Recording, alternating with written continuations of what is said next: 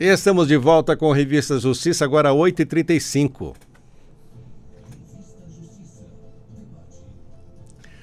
Debate de hoje, inteligência artificial e o direito constitucional. Estamos vendo o avanço da tecnologia, robôs, chats e muitas inovações surgindo e ficamos preocupados sobre o direito constitucional. Por isso vamos debater esse tema com a nossa convidada e os nossos convidados. Começa apresentando a advogada, professora, pesquisadora da área de Direito Civil e Tecnologia, doutora Maria Cristine Lindoso. Seja bem-vinda, professora. Bom dia. Bom dia, muito obrigada pelo convite, um prazer estar aqui. Também está conosco o advogado especialista em Direito Constitucional e Civil. Ele é mestre em Direito Constitucional com pós-graduação em processo nos tribunais, Dr. Brian Young Martins. Dr. Brian, bem-vindo, bom dia. Sérgio, bom dia, obrigado pelo convite. Cumprimento a professora Maria Cristine, professor Frank Ned.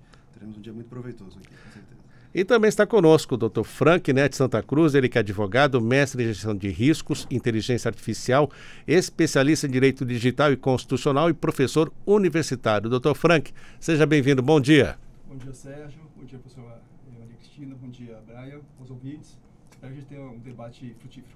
E já começo com o senhor, doutor. Conta pra gente, doutor Frank Ned, como que a inteligência artificial entrou na sua vida?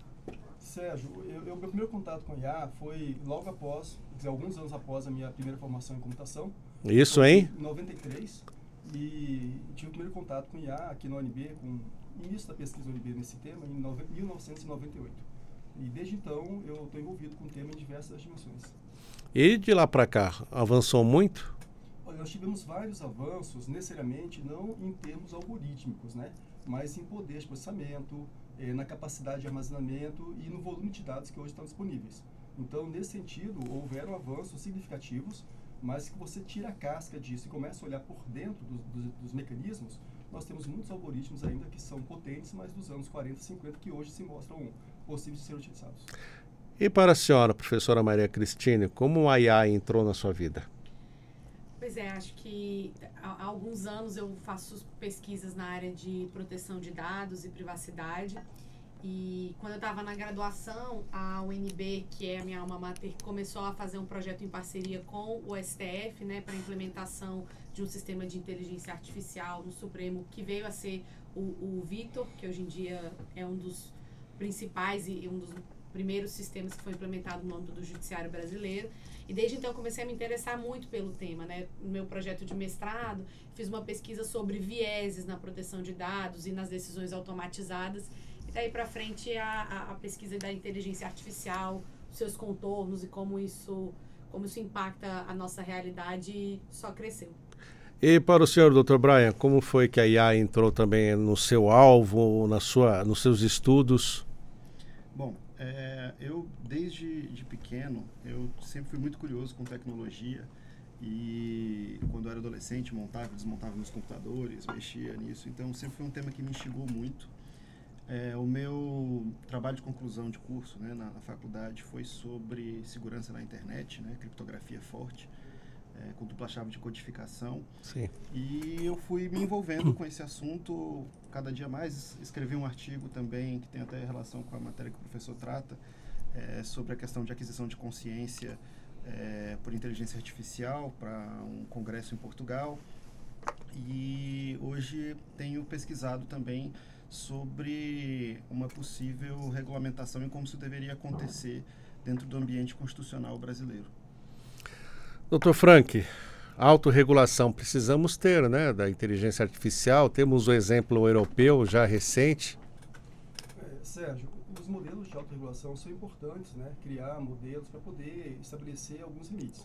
Mas, ao mesmo tempo, isso é um grande desafio, porque nós estamos falando de tecnologias de inovação que estão assim no estado da arte, e a cada momento tem inovação que nem sempre o regulador consegue acompanhar e nem mesmo compreender.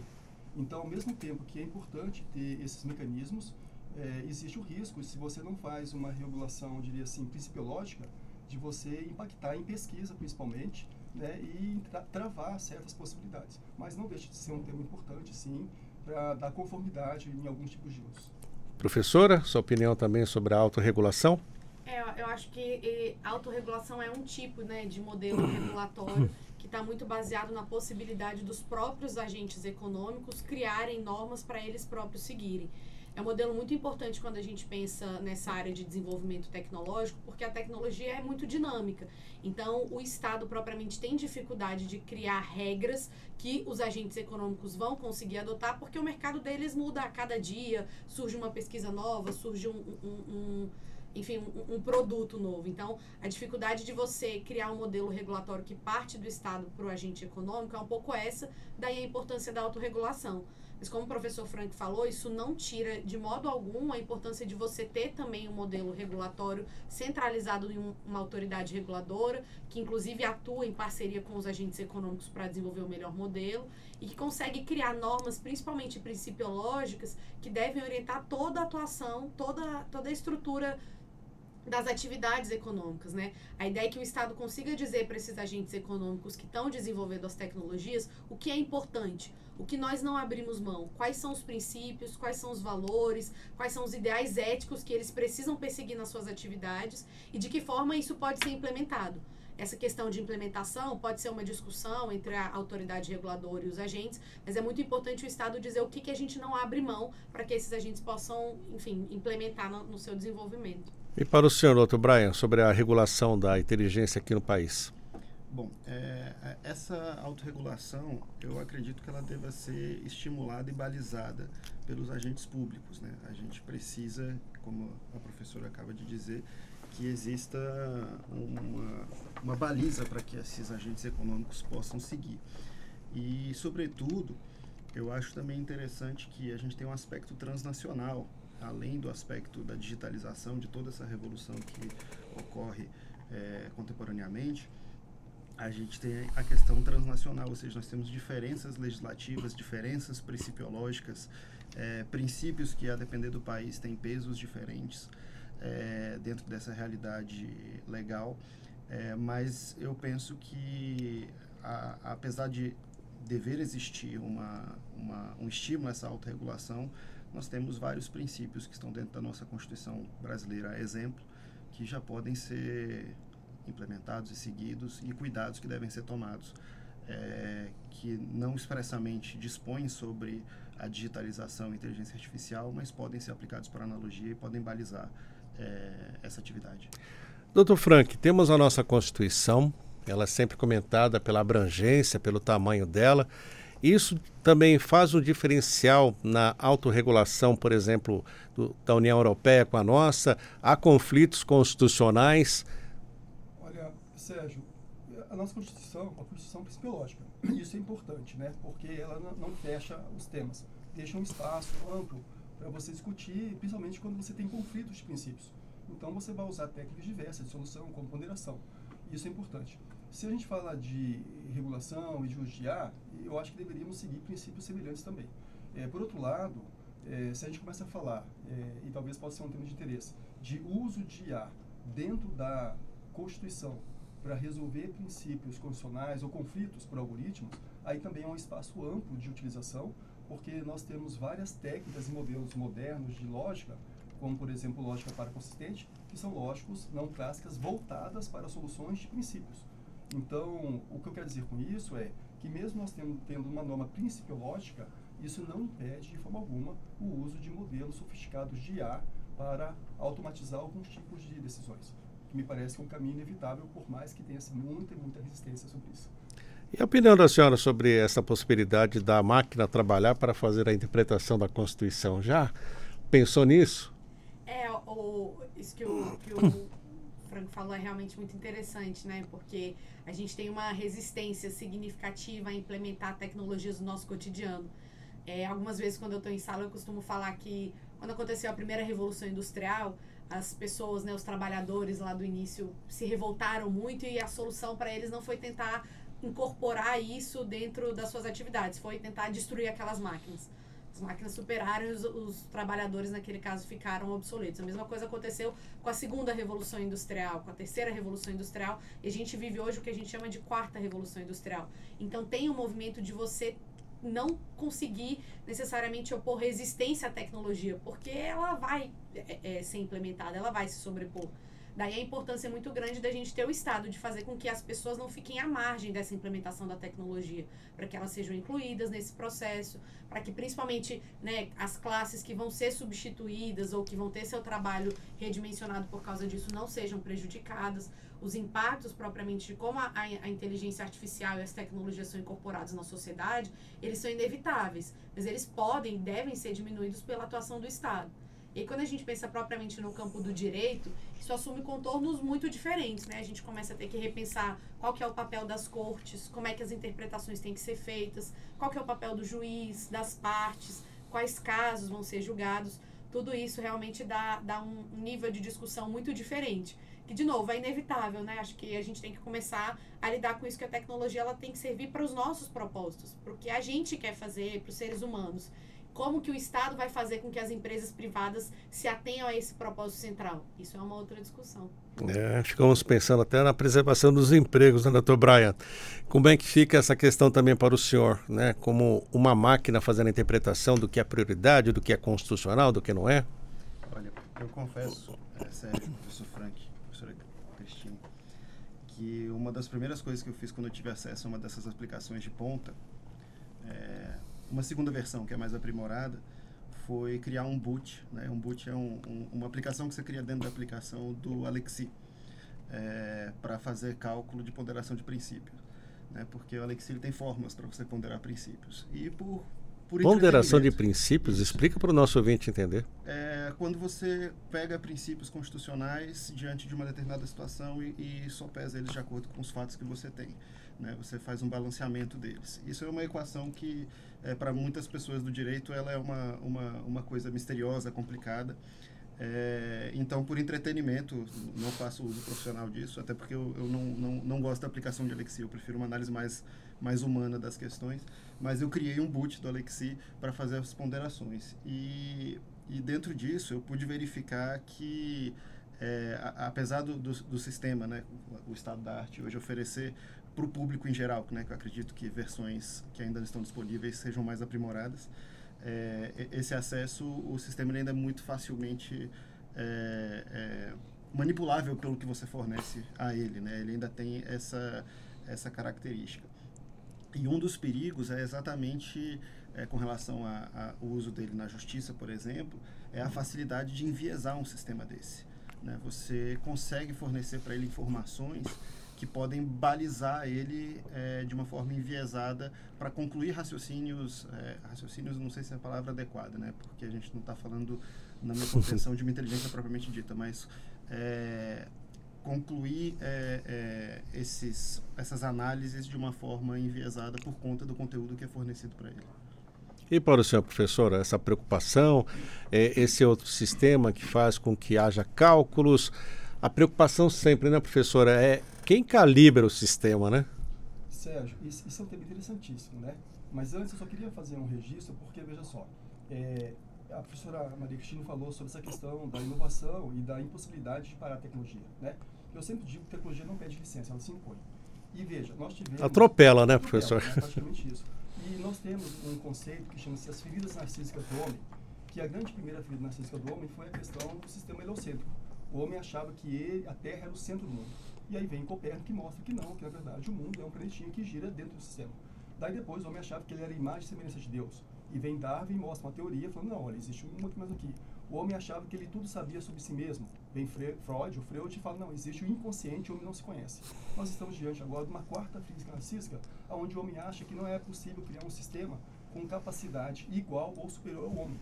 E a gente começa a demonstrar que isso é possível. Só uma questão importante a gente ter noção para desmistificar, né? Agora, quando a gente fala sobre esses modelos e a possibilidade dele tomar decisão, me parece que o caminho é o mesmo, né? Não se fala nesse momento ainda de um algoritmo, de uma possibilidade que vai ampla e plenamente tomar decisões jurídicas, né?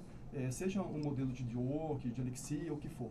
Mas o fato é que nós temos já modelos lógicos extremamente consistentes que fogem de uma visão de lógica clássica, que é essas lógicas proposicionais.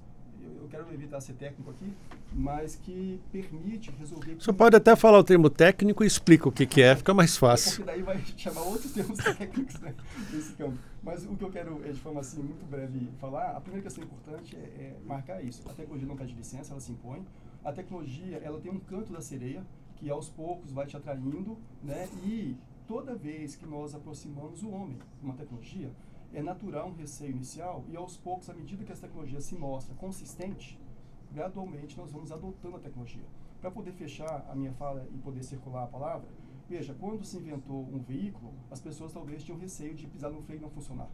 Hoje em dia, qualquer pessoa anda com um carro em uma ultrapassagem em alta velocidade e não pensa sobre o freio não funcionar, porque na maioria esmagadora das vezes ele funciona. Não vai ser diferente com as IAs. No primeiro momento há um receio, mas aos pouquinhos ela vai ganhando confiança do homem e ele começa a adotar, como já adotamos hoje, muitas vezes sem nem saber. Professora, algo a acrescentar ainda nesse ponto? É muito interessante, né, essa perspectiva do professor Frank. Eu também acho que a tecnologia ela acaba se impondo, mas eu vejo com muita importância a gente conseguir pensar em formas de sempre manter esse desenvolvimento tecnológico dentro dos interesses humanos, dentro dos valores, dentro dos princípios éticos que nós compartilhamos amplamente, né?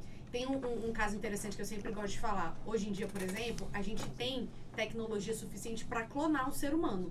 Isso é objetivamente possível. A gente já clonou um animal, a gente consegue na tecnologia desenvolver mecanismos suficientes para clonar o ser humano. Foi só a Dolly?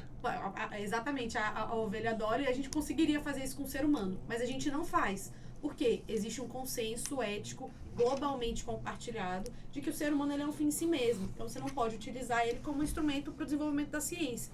Então, ainda que a gente tenha tecnologia para desenvolver determinado resultado, a gente não faz isso.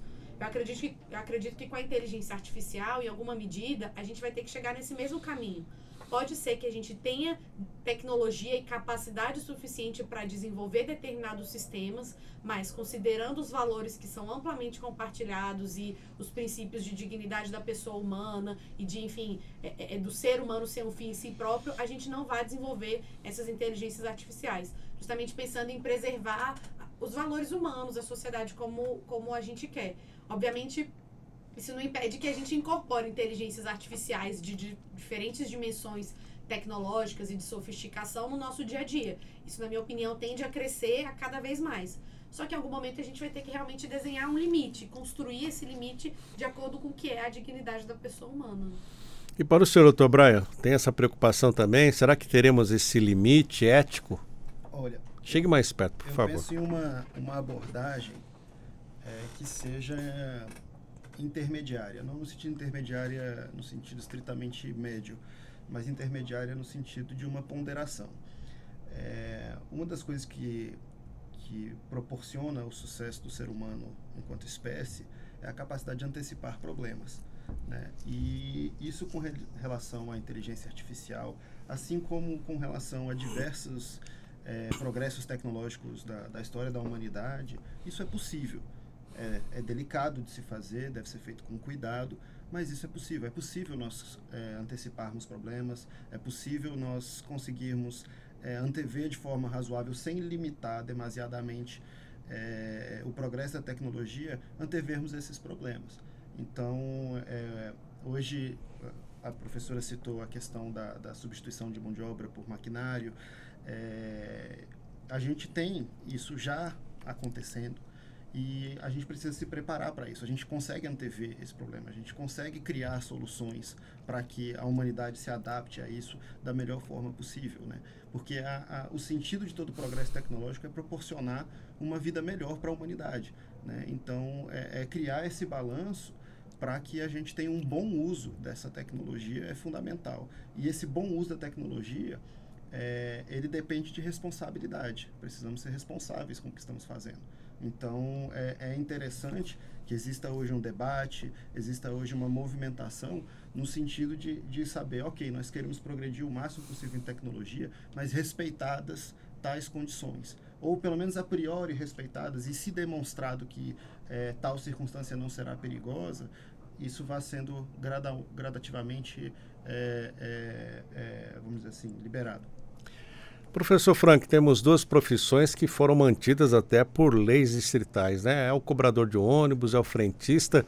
Só acredita que conseguiremos ter também algo nesse sentido com a chegada da inteligência artificial, proteção de profissões? Sérgio, olha, ontem eu acompanhava um debate sobre marxismo, né? E por que isso tem relação com isso? Porque um dos debatadores falava, Não se cabe mais no mundo hoje falar do marxismo porque a classe operária está acabando.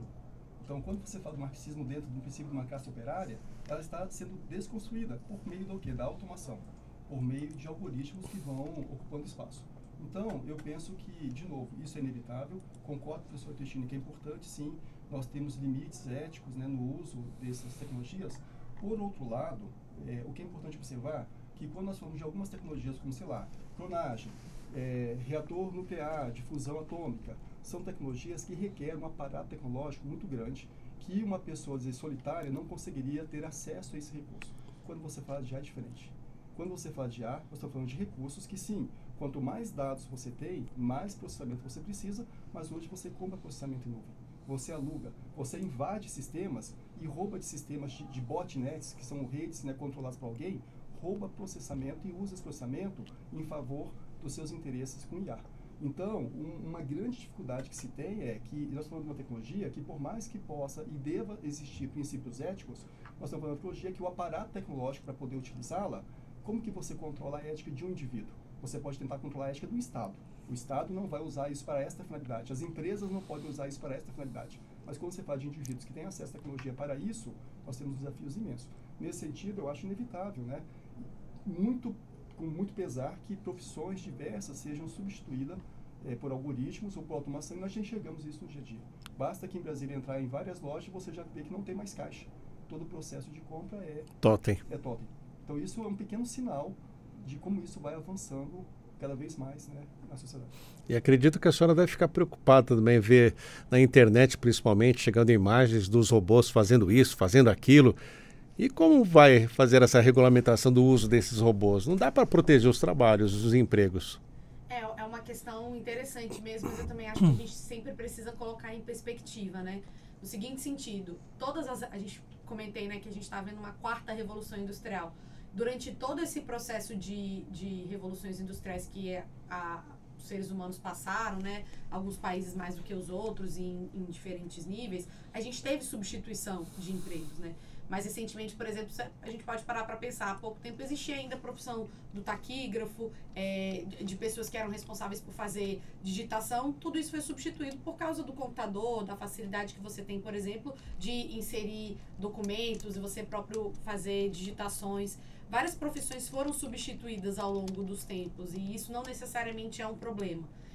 O que a gente tem que pensar é como que isso vai acontecer sem que você coloque um grupo de populações específico, e que geralmente são populações que têm menos condições, menos acesso a ensino público, Sim. à saúde, enfim, a várias questões. Como que a gente vai fazer com que essas pessoas não sejam excluídas do desenvolvimento? Essas pessoas, elas precisam fazer parte. Então, se você tem uma profissão, por exemplo, de um motorista, e daqui a pouco você está pensando em investir em carros autônomos, como é que o Estado vai fazer com que esse motorista não fique desempregado? O que ele vai fornecer para esse motorista em termos de ensino, às vezes um curso técnico, às vezes uma profissionalização, para que ele possa também ser integrado em um outro mercado que vai surgir? Ao mesmo tempo que profissões deixam de existir, profissões também surgem. Isso é algo que a gente não pode perder de vista. Acho que todas as profissões, sem sombra de dúvida, vão ser revolucionadas, vão ser modificadas em alguma medida. As profissões que envolvem expressa substituição de mão de obra humana vão depender de esforços muito grandes aí por parte do Estado para a gente conseguir incluir essas pessoas para que elas não sejam marginalizadas. Pessoal, até que todos nós temos que começar a nos preocupar em alguma medida como que a gente vai realmente incorporar essa tecnologia da melhor forma para todos nós, né? Vamos fazer um intervalo nesse debate sobre a inteligência artificial e o direito constitucional com a professora Maria Cristina Lindoso, também o professor Frank Neto Santa Cruz e conosco também o advogado Dr. Brian Young Martins. Daqui a pouco voltamos e você é o nosso convidado a continuar conosco. Até já. Estamos de volta com a Revista Justiça 93.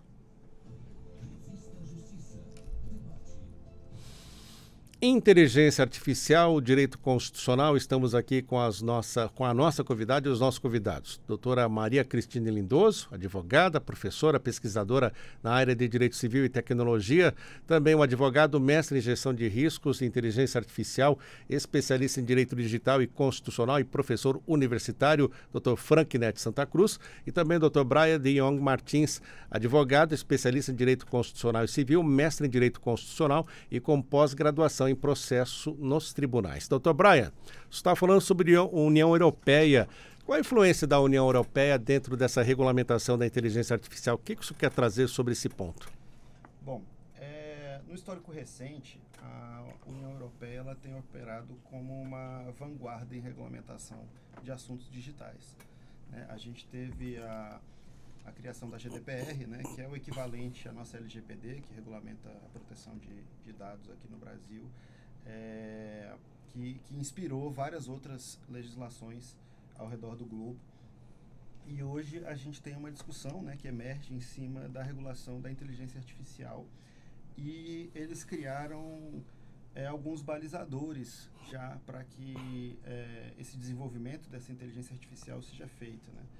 Trazendo aqui alguns tópicos somente superficialmente, a gente tem a questão da segurança e da transparência, a questão da não discriminação e do respeito à propriedade intelectual, a definição uniforme da inteligência artificial, ou seja, estabelecer que ela tenha uma distribuição neutra entre os territórios e as pessoas, regras diferenciadas de acordo com o nível de risco, que isso também é um ponto muito importante de se abordar, o nível de risco.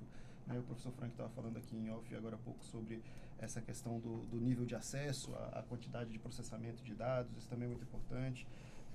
Questão da ética e da propriedade intelectual, novamente com relação a essas citações, que inclusive algumas plataformas já começaram a incluir citações, as referências da onde extraíram aquele conteúdo agora, e o uso em diferentes setores, setor militar, setor civil, isso também pode haver uma diferenciação. Então eu vou passar a palavra para os colegas depois de fazer essa introdução, que eu gostaria de ouvi-los também sobre esses pontos. Vamos lá, professor Frank. Sérgio, essas questões que o doutor Brian traz são importantes, que pese eu ter alguma reticência, alguma adoção de alguns modelos da Europa ou de outros países. Primeiro porque nós somos um país extremamente desigual. E o problema é que a Europa não enfrenta, a desigualdade social. O senhor Maria Cristina já trouxe. Nós temos um problema imenso no país, que é a desigualdade social. Por mais que discuta na onda a questão da renda única universal, porque infelizmente existe uma parcela da sociedade que você não vai conseguir colocá-la nessa página do mundo digital, porque ele requer muito tempo e talvez não tenhamos recurso e tempo. Então essa é a primeira questão. A segunda questão é que toda vez que o Brasil opta por copiar e olhar um modelo, e eu acho que sim, nós temos que fazer isso, nós também deixamos de investir em pesquisa no país. Deixamos de construir centros de pesquisa, pessoas pensando sobre o tema, porque muito mais fácil é você ir lá, pegar um modelo, tentar incorporá-lo aqui, do que você formar pesquisador. E eu acho que aí acaba tendo uma questão que chama-se soft power, Os países regulam, nas regulações eles manifestam os interesses deles, porque em grande medida os interesses não são unicamente interesse com a humanidade, existem interesses comerciais diversos por trás disso, e quando o país então não investe em pensar sobre o tema, como estamos fazendo aqui agora, que requer tempo, o país acaba também se sabotando, porque acaba não investindo em centros de pesquisa e informação de pessoas pensando sobre o tema. Então, acho que sim, é importante ter esses modelos como alguma referência, mas não podemos esquecer da formação de pesquisadores no país para pensarmos por conta própria sobre as temáticas e em virtude da realidade nacional. E a pesquisadora Maria Cristina Lindoso, o que diz? No título de pesquisadora, não tem como não concordar com o que o professor Frank falou, mas é muito interessante mesmo essa questão da desigualdade, sempre me chama um pouco a atenção como a gente tem um debate tão sofisticado sobre a presença dos robôs e das inteligências artificiais, da automação de várias tarefas. Quando a gente para pensar a nível do Brasil, tem tanta gente, por exemplo, passando fome. A gente está discutindo a implementação de tecnologias, por exemplo, para substituir julgadores, para tomada de decisão, para monitoramento, vigilância, mas a gente não consegue ainda pensar numa solução suficiente para resolver problemas como fome, como desigualdade. Então, isso quando você pensa, inclusive, a nível global, é muito maior, Tem países, por exemplo, que não fizeram nem a segunda revolução industrial ainda. Não tem energia elétrica amplamente difundida, não tem questões mínimas de saneamento básico para você considerar. Quem dirá, eles estão pensando em regulamentar a inteligência artificial. Tem problemas muito anteriores, eu acho que isso não, obviamente, a gente tem também aqui no Brasil problemas anteriores que não diminuem a importância da gente também falar sobre esse tema, porque a desigualdade é tamanha que a gente de fato convive, coexiste nessas duas realidades, da fome e da IA. Mas ao mesmo tempo é importante a gente conseguir pensar também num modelo que se adeque às realidades brasileiras, Eu acho que uma grande contribuição, sem sombra de dúvida, dos modelos europeus de regulação da tecnologia, hoje em dia tem vindo por casos concretos que eles já enfrentam, então, querendo ou não, eles estão trazendo alguns problemas, estão antevendo alguns problemas que para nós ainda não necessariamente surgiram, estão pensando em soluções que talvez nós possamos aprimorar. Então, como eles já têm um nível de desenvolvimento tecnológico propriamente, de implementação mesmo de algumas tecnologias em mais setores da vida, eles já estão lidando com questões que talvez a gente ainda não esteja lidando. Então, é importante olhar para a experiência europeia e para a experiência dos Estados Unidos um pouco também nesse sentido. Mas outra questão que eu acho interessante é que regulamentos como o Regulamento Europeu de Inteligência Artificial e até de proteção de dados no geral, eles trazem princípios e orientações que trazem, de certa forma, consensos globais que estão sendo criados sobre o tema. Então, essas questões que o Brian comentou, né? Transparência, ética, não discriminação, são valores que, independentemente da situação econômica do país, enfim, do nível de desenvolvimento da tecnologia, são questões que devem ser incorporadas para o ordenamento jurídico brasileiro. A gente tem conseguido fazer isso, né? As iniciativas de legislativas no Brasil, elas estão se atentando a esses princípios, a esses valores amplamente compartilhados e que, de certa forma, estão sendo protagonizados pela União Europeia, e a gente está realmente pensando em formas de implementar eles no nosso ordenamento jurídico brasileiro. Então, isso é sem sombra de dúvida, muito interessante. Dr. Brian, para concluir o giro. Eu não posso discordar, né, do que os professores falaram. Pode discordar também, vai. Não, Seja sincero, abra o seu eu coração. realmente não posso por concordar mesmo. Eu concordo com o que os professores colocaram, o professor e a professora. E eu penso na mesma linha que a professora Maria Cristine falou. Nós temos aqui que são princípios, né? A gente tem uma tentativa de estabelecer critérios muito básicos com relação à inteligência artificial. E eu acho que, inclusive, no sentido de não impor um freio demasiado à própria evolução dos sistemas, né? A deixar que a gente consiga progredir balizando minimamente. Um ponto que é interessante colocar, antes de chegar na questão social, é que, olhando, né, por cima, esses pontos colocados pela União Europeia, eles são muito convergentes com o que a gente tem dentro do próprio texto constitucional e de várias outras constituições, né? Assim, é claro que a nossa Constituição, ela ainda não é uma Constituição digitalizada, né? Ela ainda não passou pelas adaptações necessárias, talvez, para lidar com essa nova realidade que nós temos imposta, mas ela, na minha opinião, ela poderia sim ser colocada de forma, vamos dizer, poderia sim ser vinculada ao que está colocado nessa resolução. E com relação à parte social, eu penso que a gente vai ter, na verdade, um desafio social, porque nós não estamos falando de uma revolução que talvez permita com que exista uma reciclagem, colocando dessa forma, de todos os trabalhadores dentro dessa nova sistemática que se coloca. Então, os próprios donos dessas grandes empresas de tecnologia já falam hoje em uma possível escassez de trabalho irremediável, né, em trabalhos insubstituíveis, não querendo ser... Resumindo, desemprego. Resumindo, desemprego. E a gente vai precisar lidar com essa situação, isso com mudanças tributárias, mudanças dentro do governo, mudanças dentro dessas empresas, são perspectivas que se colocam agora que eu acho que extrapolam tudo que a humanidade já passou até hoje, né? A gente tem hoje, começa a ter, na minha perspectiva, realmente a capacidade de suprir essa necessidade de mão de obra, em alguns casos de forma determinante, né? De forma que realmente começa a perder o sentido você ter a mão de obra trabalhando em alguns trabalhos específicos. Então, isso precisa ser pensado e, conforme eu disse antes, a gente pode antever esse tipo de problema.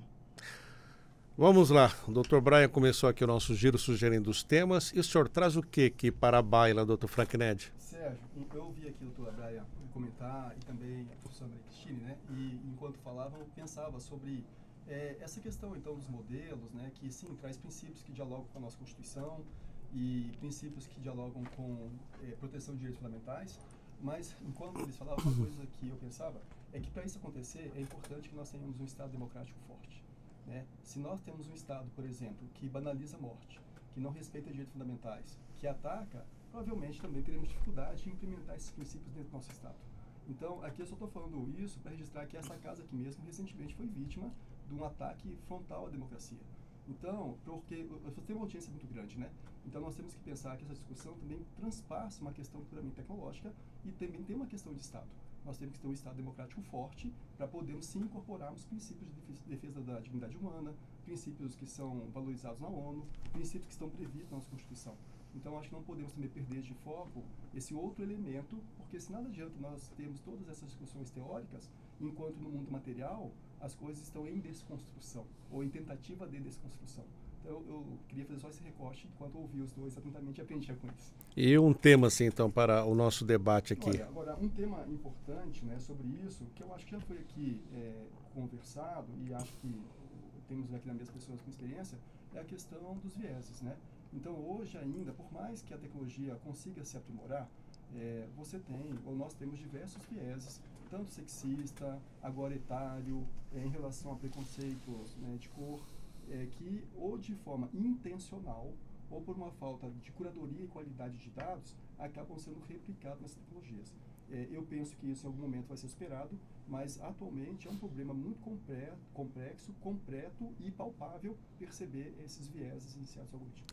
Professora Maria Cristina, daqui a pouco a senhora traz um tema também para o debate. E sobre os vieses, então? Eu posso nem falar, porque acho que esse seria meu tema também, mas, obviamente, sem prejuízo da gente ampliar a discussão depois. Eu adoro essa discussão, né? Foi tema, inclusive, de um livro que eu publiquei recentemente, há 1 ano e meio, mais ou menos, 2 anos, não, acho que tem 2 ou 3 anos, sobre discriminação de gênero no tratamento automatizado de dados pessoais. Há um consenso falso de que tecnologias, elas são neutras, elas são ausentes de vieses, elas são imparciais, elas conseguem produzir resultados que não são discricionários. E é um consenso falso porque tecnologias são desenvolvidas por seres humanos. Os seres humanos, eles conseguem incorporar de várias maneiras diferentes os seus vieses, os seus preconceitos, as suas ideias dentro desses sistemas. Seja na própria estrutura do algoritmo, né, seja como o professor Franco falou, pelos dados que eles utilizam, às vezes são dados que já refletem preconceitos ou não, seja muitas vezes pela incapacidade mesmo do ser humano ver como é que o sistema está funcionando, como é que ele faz essas correlações e essas inferências entre os dados para produzir resultados. Então, existe uma série de possibilidades que fazem com que os sistemas de tecnologia, de tratamento de dados automatizado, que em níveis mais sofisticados são realmente as inteligências artificiais, incorporem vieses que são prejudiciais a um grupo de população. Então, a gente tem que realmente pensar em estruturas do direito para conseguir avaliar esses sistemas, auditá-los, pensar em como que eles realmente vão conseguir responder, né, às nossas demandas mesmo de igualdade e de não discriminação. Mas a primeira reflexão para mim que é muito necessária é justamente afastar esse mito dessa neutralidade, dessa imparcialidade, porque ele não existe. E aí existem vários casos, né? Por exemplo, todo mundo faz, por exemplo, algum tipo de seguro, pode ser vítima de uma análise automatizada discriminatória, porque o seguro pode acabar entendendo que por você ser mulher ou por você estar numa determinada faixa etária, você tem que pagar um preço maior simplesmente por uma série de condições que muitas vezes são inerentes a você. Há uma outra análise, por exemplo, de risco de crédito, né? Se você vai, por exemplo, pedir um empréstimo, esses empréstimos eles já são feitos utilizando tecnologias preditivas e às vezes até inteligências artificiais. Então, às vezes, questões que são inerentes a você, a sua raça, a sua etnia, onde você mora, com quem você se relaciona, podem ser elementos utilizados para formular um risco de crédito. Se você paga suas contas em dia, quanto você tem na sua conta, qual que é a sua... Se você não atrasa seus pagamentos, esses são alguns elementos que deveriam ser os únicos a serem considerados. Mas hoje em dia essas análises elas são tão sofisticadas, elas envolvem tantos outros elementos laterais, que elas inclusive começaram a incorporar esses vieses preconceituosos. Então, como é que a gente vai fazer essas análises de uma forma que não prejudique a população negra, que não prejudique as mulheres, não prejudique os idosos, não prejudique, não cause prejuízos considerando questões de classe? Tudo isso são questões que devem realmente ser percebidas e que é muito importante a regulação estar atenta para elas. E para o senhor, Dr. Brian, vamos concluir aí esse giro sobre os vieses. É interessante pensar que a humanidade tenta criar uma ferramenta tecnológica para a solução de diversos problemas e acaba dando de cara com uma coisa tão simples quanto um espelho, né? Que mostra os defeitos dela mesma de volta. Esse enviesamento, ele tem muito a ver com a postura da própria humanidade dentro das redes sociais, da internet. Por quê? Não que a humanidade seja ruim, não que a humanidade seja, em maioria, preconceituosa. Ela é também. Eu não acredito. Mas não que a humanidade seja, na sua maioria, preconceituosa, mas por diversos fatores, inclusive o próprio ódio, né, de alguns segmentos da sociedade, e a quantidade de vezes que esse discurso odiento é repetido, você tem uma fixação de que isso, na verdade, é o que a humanidade produz.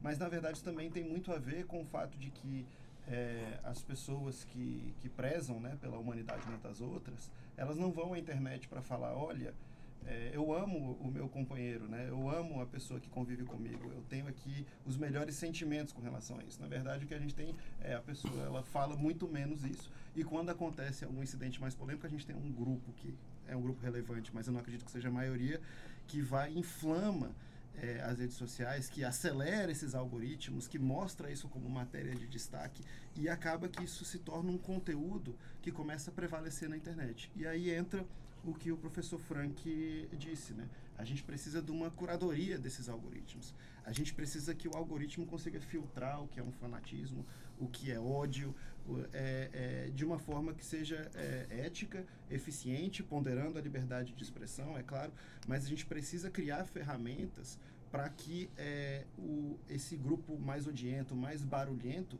não se torne o balizador do comportamento dessas inteligências artificiais. Doutor Frank, para concluir essa rodada, o que o senhor pode comentar as respostas aqui dos nossos convidados? Sérgio, olha, aqui foram feitas várias falas importantes, né? Então eu queria só resgatar alguns pontos, que o primeiro é isso, o professor Merchan falou sobre isso. Essas tecnologias, elas não são neutras e necessariamente não estão a serviço do bem comum. Por trás das tecnologias corporativas há interesses comerciais e não interesses que estão dialogando com o interesse da sociedade ou bem comum. Então isso nos remete de forma imediata à urgência de regular e chamar essas plataformas à sua responsabilidade. Porque hoje elas têm um papel importante na formação de opinião, na disseminação de ideias e conceitos, né, que se não for adequadamente regulada, a gente pode estar criando, ou como já existe hoje, plataformas que são amplamente utilizadas para cada vez mais dar visibilidade a falas odiosas. Então regular, inclusive se está no Congresso parado, politizado, não tem avançado, assim como foi feito na União Europeia e em outros países, né, é importante esse debate ser priorizado. Professora Maria Cristina, qual o tema que a senhora traz aqui para os nossos debatedores concordarem ou discordarem? Eu acho que nessa linha um pouco, né, de falando sobre vieses, sobre realmente os impactos que a inteligência artificial tem, uma questão que eu sempre acho muito importante é trazer para a população a noção de que isso é um tema realmente muito presente, né? Então, eu citei exemplos de seguros, exemplos de análise de risco de crédito, isso são coisas que cada uma e cada um podem ser diretamente afetados na inteligência artificial. Mas existem preocupações maiores que a gente também tem que ter, principalmente quando a gente pensa em crianças e adolescentes, com o uso dessas tecnologias para criação de conteúdo. Então, para deepfakes, para vídeos que não são... que utilizam a inteligência artificial de deep learning, né? Basicamente, o que é isso? Hoje em dia você tem tecnologia que permite criar um vídeo utilizando a sua imagem, a sua voz, mas que não foi feito por você. Tem gente que faz esses vídeos por entretenimento, mas tem gente que faz esses vídeos também de forma muito maliciosa. Às vezes para induzir uma pessoa em erro, às vezes para fazer uma pornografia de vingança. Então, tem situações em que estão colocando... Golpes bancários também, golpes né? bancários. Tem várias situações que a inteligência artificial se mostra que ela vem sendo utilizada de forma maliciosa para realmente ter o lucro, para realmente cometer crimes. Então, é muito importante que os nossos ouvintes, as nossas ouvintes, percebam como essa questão está próxima a elas, né? Como isso pode ser algo que afeta todas nós. É muito importante, às vezes, a gente também, isso que a gente está falando, né? A politização do debate sobre inteligência artificial. A questão de regulação da inteligência artificial é uma coisa que tangencia a nossa vida, que está muito presente na nossa realidade, que a gente tem que manifestar uma preocupação, porque podemos ser nós vítimas de um vídeo feito contra a nossa vontade, pode ser a nossa imagem que é utilizada de uma forma distorcida, o nosso CPF que é utilizado para criar uma conta bancária, enfim, essa conta é explorada indevidamente. Tem uma série de questões que elas podem trazer desdobramentos que não estão necessariamente associados à política nem nada disso, elas estão associadas a nós, a nossa personalidade, a como a gente se projeta no mundo. Então, é muito importante perceber que a inteligência artificial tem essa questão de presença na nossa vida, na nossa realidade. A regulação é importante porque ela diz sobre o nosso cotidiano, né? E qual pergunta a senhora faria para os nossos convidados? Faça. Não sei se é propriamente uma pergunta, né? Mas eu acho que, dada a dimensão que a inteligência artificial pode ter, talvez os desafios regulatórios que a gente possa ter no Brasil hoje em dia, né? Para criar realmente um ambiente que estimule as empresas a continuarem desenvolvendo essas tecnologias, mas que também crie esses níveis de segurança que a população espera para se sentir segura, para utilizar a inteligência artificial, como o professor Frank falou, mas que também evite o cometimento de crimes, né? Não sei, acho que a gente falou um pouco sobre a União Europeia, talvez a gente pudesse falar um pouco agora sobre o que está acontecendo a nível brasileiro, né? Como é que estão sendo as nossas regulações, as perspectivas brasileiras sobre o assunto. Dr. Brian? Bom, eu penso que o cenário é de extrema atenção, né? Devemos todos, enquanto operadores do direito, enquanto pesquisadores, voltar as nossas atenções para o que está acontecendo. Mas, ao mesmo tempo que a gente tem todos esses riscos, a gente tem grande parte das soluções, né? Por exemplo, com relação aos deepfakes, que a professora citou, nós temos na Constituição, no artigo 5º, inciso 4º, a vedação ao anonimato. Nós temos no Código Penal dispositivos que seriam facilmente adaptáveis ou aplicáveis a esse tipo de questão. E nós temos que pensar também que por trás de tudo isso, discordando um pouco de mim mesmo, mas tentando acelerar o debate um pouco, a gente tem esse interesse econômico e os personagens por trás desse interesse econômico, né, que podem, além desses vieses que a gente tem naturalmente, eles podem inserir os deles mascarados dentro desses algoritmos, dessas inteligências, né. Agora, inclusive, temos um caso, né, de uma dessas empresas que tem um dono se manifestando publicamente sobre democracia de outros países e, enfim, não vou citar nomes aqui, mas isso é uma questão preocupante, né? E lembrar que os negócios, na própria Constituição, eles devem atender uma função social, eles têm responsabilidade também. As empresas internacionais que aqui adentram têm que seguir certos limites, né? Eles precisam ter esses limites, e esses limites não são ruins, não são de forma nenhuma ruins. E o interesse econômico, ele quer sempre empurrar a circunstância de forma que melhor favoreça, né? Eu gostaria de citar um exemplo sobre fertilizante que pode se aplicar ao cenário que a gente tem. Quando você tem o comércio de determinados tipos de fertilizantes, até uma certa quantidade é considerado uma compra não suspeita, uma compra regular, porque é uma compra que seria razoável para fertilizante. E a partir de uma certa quantidade, você começa a chamar a atenção de organismos internacionais, porque esse mesmo fertilizante pode ser utilizado como explosivo. Ou seja, a escala da conduta, a intenção da conduta, a forma que isso é feito, vários alarmes são disparados durante o processo que demonstram que existe ali uma conduta potencialmente lesiva, né? Isso não é uma coisa feita de uma hora para outra e não é uma coisa desorganizada. Há muito método nessa loucura. Então, é preciso analisar isso friamente e separar o joio do trigo. Separar o que realmente está sendo feito de uma forma ruim, verificar como se combater isso da melhor forma, sem que a gente impeça o desenvolvimento tecnológico e sem que a gente acentue problemas e venha a restringir liberdades que não precisam ser restringidas. Professor Frank. Sérgio, inicialmente eu quero aqui registrar os parabéns a você e à mesa pelos debates aqui de qualidade, né? Obrigado. E o tema é tão amplo que merece uma série chamando outros atores para Sim. conversar sobre isso, né? Mas quero dar parabéns à professora Maria Cristina e ao Brian pelas reflexões. Agora, falando do cenário nacional, por outro lado, o país vem tentando, né? Então, veja, recentemente, em 2022, foi aprovado a BNCC da computação, que é a Base Nacional Comum Curricular da Computação, que organiza o sistema educacional, onde desde os ensinos iniciais tem que ter 3 grandes novos pilares. Chama-se pensamento computacional, cultura digital e mundo digital, que são o desenvolvimento de percepções de quanto a tecnologia influencia em nossas vidas. Então veja que, nesse sentido, o Estado vem tentando criar instrumentos para preparar a sociedade cada vez mais para este mundo. É claro que nós temos um mundo extremamente acelerado e nem sempre o Estado consegue acompanhar com a velocidade que o mundo gira atualmente. Mas veja que é uma iniciativa importante. Nós temos outras legislações, né, como a legislação da iniciativa digital, onde fala que o Estado tem que direcionar recursos para escolas, centros de formações. Então isso é um pilar importante, ou seja, uma equação com vários pilares. Falei de um pilar brevemente, o Estado. Um outro pilar é a própria família. A professora Maria Cristina já falou sobre isso. As famílias, muitas vezes, quando criança faz o mau uso de uma tecnologia, muitas vezes a própria família não compreende aquela tecnologia e nem sabe que tipo de uso está sendo feito ou que é possível de ser feito. Por outro lado, hoje nós vivemos uma sociedade de informação, então acaba sendo necessário os pais também se informarem, né, onde os seus filhos estão andando nesse meio digital. Hoje você tem vários vídeos que dão esse letramento digital inicial.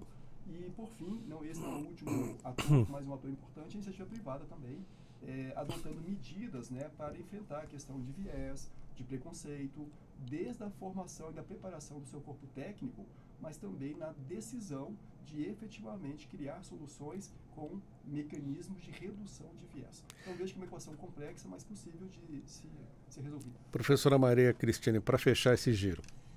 Acho que, sem sombra de dúvida, pensando a nível do direito mesmo, né? Aqui no cenário nacional a gente tem projetos de lei importantes que estão tentando realmente regulamentar essa questão da inteligência artificial.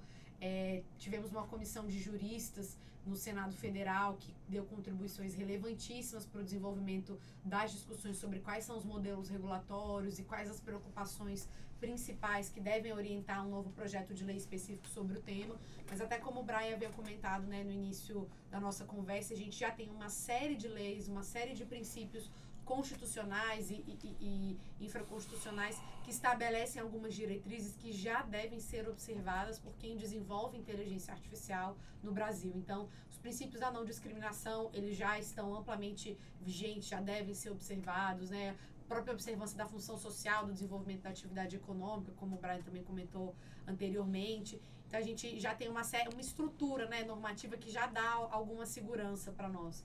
Isso que o professor Franchinetti falou é muito interessante, né? A gente pensa muito no dever e no papel do direito, na regulação do Estado, mas a gente também tem que pensar um pouco mais fora da caixinha, né? Quando a gente fala sobre inteligência artificial. Então, pensar realmente nos impactos que muitas vezes as nossas condutas têm para corroborar com o desenvolvimento de uma tecnologia que não seja tão favorável aos nossos interesses. Ele citou um exemplo que eu acho muito interessante, né? De crianças utilizando as redes sociais.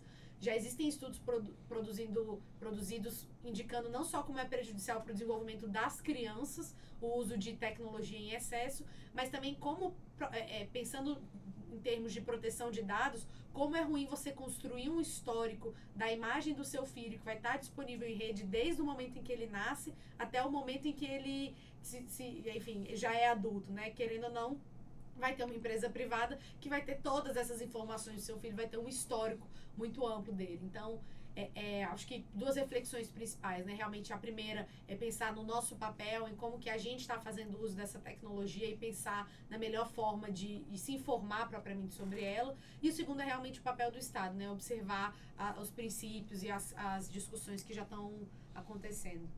Conversa boa, o tempo passa rápido e infelizmente vamos para as considerações finais.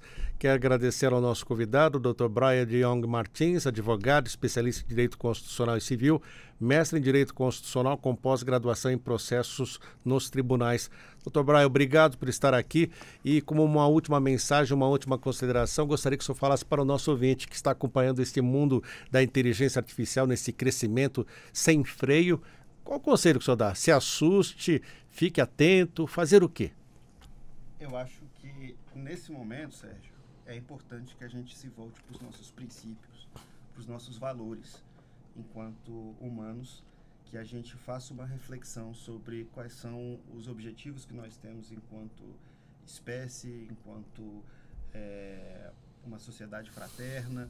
Nós precisamos, na verdade, ficar muito atentos ao que está acontecendo e não deixar que o nosso afeto um pelos outros seja robotizado. Então, colocar o ser humano no centro da equação é o mais importante que nós temos e seguir a nossa Constituição, que já o faz. E obrigado por estar conosco aqui, Dr. Brian. Obrigado, agradeço muito, agradeço os colegas, Frank, Maria Cristina e Sérgio. É uma honra estar aqui com vocês. Dr. Frank Netti Santa Cruz, advogado, mestre em gestão de riscos e inteligência artificial. Ele também é especialista em direito digital, constitucional, professor universitário. Mexe com IA desde quando mesmo, Dr. Frank? Olha, eu vou ter que revelar a minha idade. Assim, desde 1998 foi meu primeiro contato com a IA e desde então permaneço. O senhor falou sobre uma evolução, rapidamente, para o nosso ouvinte saber o que está chegando. Consciência algorítmica, é isso? E isso é um campo, né, dentro da filosofia da mente, né? A gente fala sobre o estudo das consciências.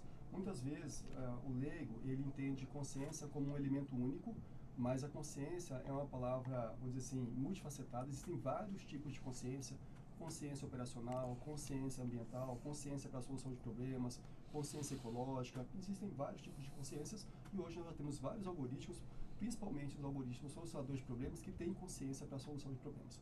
Então veja que esse campo cada vez mais vai se ampliando nesse conceito de consciência. Isso é um tema que por si só merece um espaço, né? Mas, Sérgio, minhas palavras finais, eu quero agradecer o convite, Dr. Brian, professor Maria Cristina, e novamente dar parabéns pelo tema. Parabéns por ter uma mulher na mesa, porque muitas vezes esse tema é permeado por homens, né? E é importante que as mulheres se apropriem desse... Sempre buscamos esse equilíbrio. É importante. E daí, eu talvez deixo como reflexão que quem nos ouve, o Brasil, é um país que, quando você olha os dados do censo, ele é majoritariamente composto de mulheres, né? E também de população parda e negra. E se esse tema de IA te assusta, você consegue achar na internet, se você está preocupado com uma sociedade melhor, vários cursos que podem te introduzir na temática. E sempre que você se aproxima de um campo novo, o primeiro contato é um contato de susto e medo e uma tendência a fugir daquilo. Mas eu queria dizer, persistam, né? Façam a leitura de um vídeo, um livro. Daqui a pouquinho você começa a compreender essas coisas e a partir da compreensão, da criação de vocabulário, você começa a fazer o melhor uso para uma sociedade melhor. Então, muito obrigado. Obrigado por estar conosco. Professora Maria Cristina Lindoso, advogada, professora, pesquisadora na área de Direito Civil e Tecnologia. Obrigado por estar conosco também. Sérgio, muito obrigada. Muito obrigada pelo convite. Foi realmente muito bom. Obrigada pelo professor Frank, ao Brian, enfim, pelas palavras, pela troca. Realmente, eu aprendi muito mais do que falei, certamente. Eu acho que a mensagem final realmente tem que ser essa, assim, a inteligência artificial está presente nas nossas vidas. Se você olhar com cuidado, você vai ver como a tecnologia permeia o seu cotidiano, como a tecnologia interfere em como você se relaciona, em como você ganha dinheiro, em como você gasta também. Então é muito importante que a gente se conscientize disso. E dada essa presença da tecnologia, sabendo que ela não é neutra, que ela tem seus vieses, os seus impactos, é muito importante, como o professor Frank falou, a gente se informar, a gente realmente ter uma consciência mais ampla de como esses processos impactam a nossa vida. Essa informação ela serve não só para a gente poder criar os nossos parâmetros, mas também para a gente poder fazer pressão política nas pessoas que a gente vota para que elas trabalhem e desenvolvam uma regulação aos nossos interesses, né, sobre o tema. Então, é isso. Acho que a mensagem final é: informe-se, a inteligência artificial e as tecnologias estão aí. Muito obrigada, viu, pessoal? E rapidamente uma curiosidade, em sala de aula, qual é a principal dúvida sobre IA? Eu acho que as pessoas costumam achar que o mundo vai virar uma grande série de apocalíptica, tipo Black Mirror ou outras similares nos próximos 5 anos. Cybernet, todo mundo lembra? É Cybernet o nome daquela empresa do Exterminador do Futuro? Skynet. Skynet, Então, assim, a primeira preocupação é sempre assim: nossa, professora, mas você já viu Black Mirror? Assim, gente, não é bem assim, pode ser assim, mas não necessariamente tem um caminho aí a percorrer. Então, acho que a primeira dúvida é sempre mostrar como a inteligência artificial já está presente, né? O professor Frank falou que estuda isso desde 98, assim, não é algo necessariamente novo, é algo que já está presente nas nossas vidas de várias formas possíveis, e esse desenvolvimento não necessariamente vai ser futurista. E o grande desafio é você convencer o nosso parlamento sobre as normas, a constitucionalidade do que envolve a inteligência artificial no futuro, né? Eu acho que o grande desafio é a gente conseguir superar questões políticas para fazer valer realmente o interesse humano, fazer valer os princípios constitucionais, fazer valer as garantias que são amplamente compartilhadas a nível mundial, inclusive, sobre o que é um desenvolvimento seguro de inteligência artificial. Vamos aguardar os desafios que eles continuam. Muito obrigado, doutora Maria Cristina, doutor Brian Jong Martins, também doutor Franknet Santa Cruz. Lembrando que esse debate vai estar disponível também depois lá no YouTube da Rádio e TV Justiça. Muito obrigado a todos. 9h39, intervalo. Na volta temos o segundo giro de informações do Poder Judiciário Brasileiro. Até já.